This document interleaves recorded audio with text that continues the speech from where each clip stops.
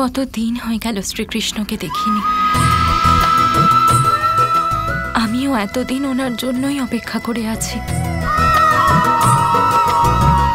আর এখন যখন তুমি বড়ই হয়ে গেছো, হয়তো ওনারা দুজন তোমার জন্য যোগ্য স্বামী খুঁজতে গেছেন।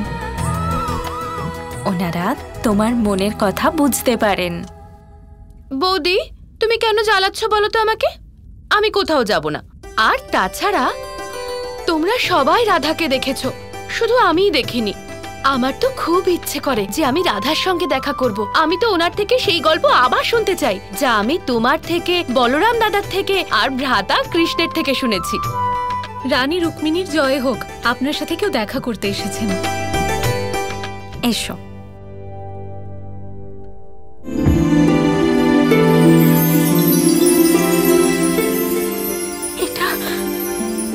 এটা কি করে সম্ভব?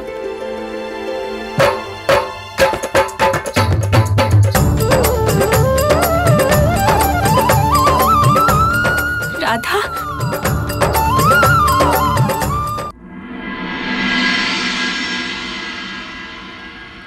আপনি রাধা?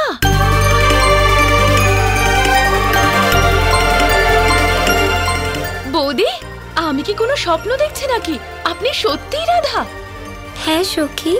কিন্তু আপনি তো আমাকে চেনেনও না, আর আমাকে সখী বলে ডাকলেন। সংসারে এরকম কেউ আছে নাকি যে রাধার সখী নয়?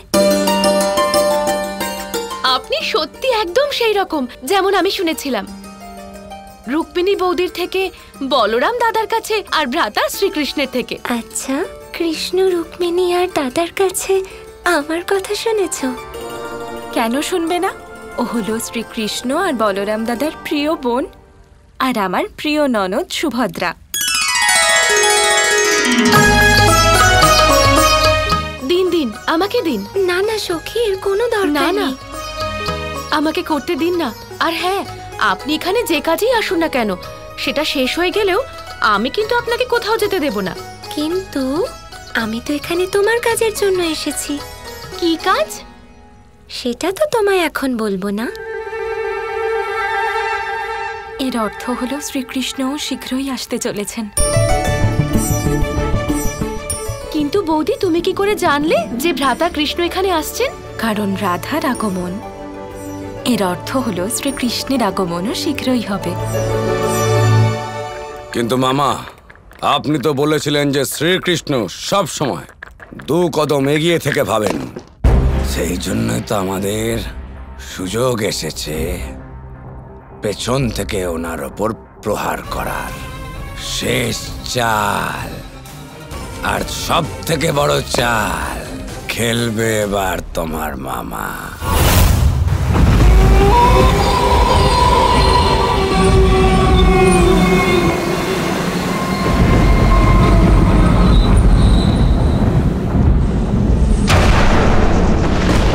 দ্বারকা।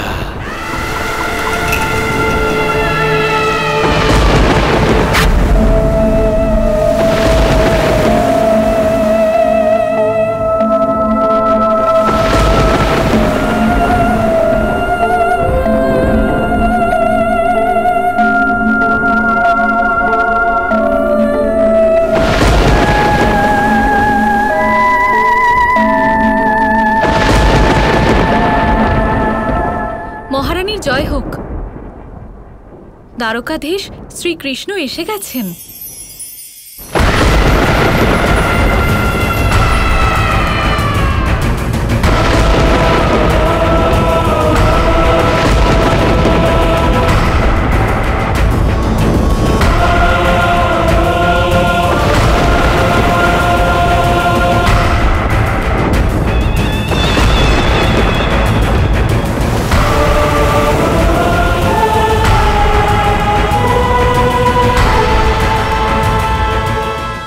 কৃষ্ণ, আপনি ফিরে এসেছেন।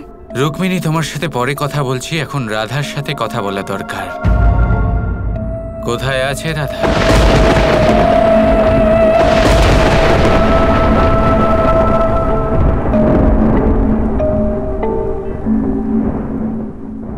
শ্রীকৃষ্ণ, জানি রাধা আপনার পরম সখী, কিন্তু আপনি আমার সাথে এক মুহূর্ত কথাও বললেন না। এতদিন পরে আপনি এসেছেন আর আমাকে একবারও জিজ্ঞেস করলেন না আমি কেমন আছি। রাধা, সুভদ্রা, এগুলোর কি দরকার ছিল? আমি তো এইসব কবে থেকে আপনার জন্য করতে চাইছিলাম। আপনি এবার বলুন তো কি কাজে এসেছেন আপনি এখানে?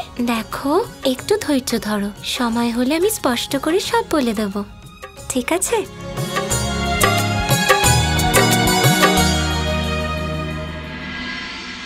খুব ভালো ফাঁসিয়েছে আমায়। এবার দেখো তো, আমাকে এখানে পাঠিয়ে নিজে তো এখনো পৌঁছলো না। কি জানি আমায় দিয়ে কোন কাজটা করাতে চায়। রাধা?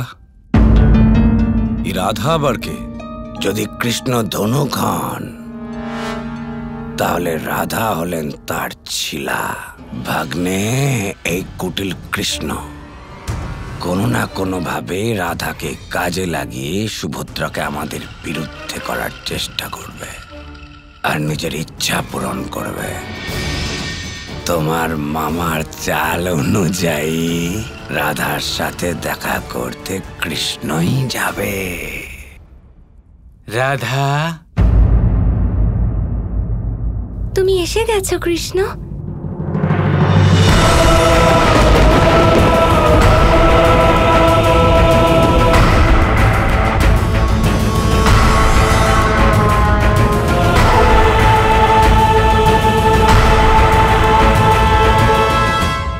ওকে দেখতে কৃষ্ণের মতো, নিজেকে কৃষ্ণই মনে করে। ও কৃষ্ণকে শেষ করে ফেলতেও চায়। আমাদের সব থেকে বড় হাতিয়ার সেই পৌণ্ড্রক। এই নতুন কাপড় তোমার রূপ আর ব্যক্তিত্ব অনুযায়ী তো মানানসই নয়। তুমি বললে ফেলে দিই? না না, কিন্তু ভালোই। ধন্যবাদ। আর আমি প্রসন্ন যে তুমি এসে গেছো। আমাকে তো আসতেই হতো রাধা, এত গুরুত্বপূর্ণ কাজ রয়েছে তো। তাহলে বলো না কি কাজ আছে? সুভদ্রাও জানতে চাইছিল। এমন একটা কাজ রয়েছে রাধা, যা শুধুমাত্র তুমিই করতে পারো। আমার প্রিয় বোন সুভদ্রাকে আমার প্রিয় বন্ধু দুর্যোধনের সাথে বিবাহ করার জন্য রাজি করাতে হবে।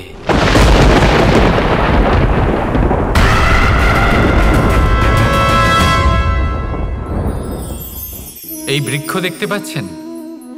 বটবৃক্ষ। এই সংসারের সব থেকে বড় বৃক্ষের মধ্যে অন্যতম। কি না করে এই বৃক্ষ? অনেক বছর ধরে বেঁচে থাকে এই বৃক্ষ। এই বৃক্ষ সর্বদাই বাড়তে থাকে। কত পশু পাখিদের এই বৃক্ষ আশ্রয় প্রদান করে।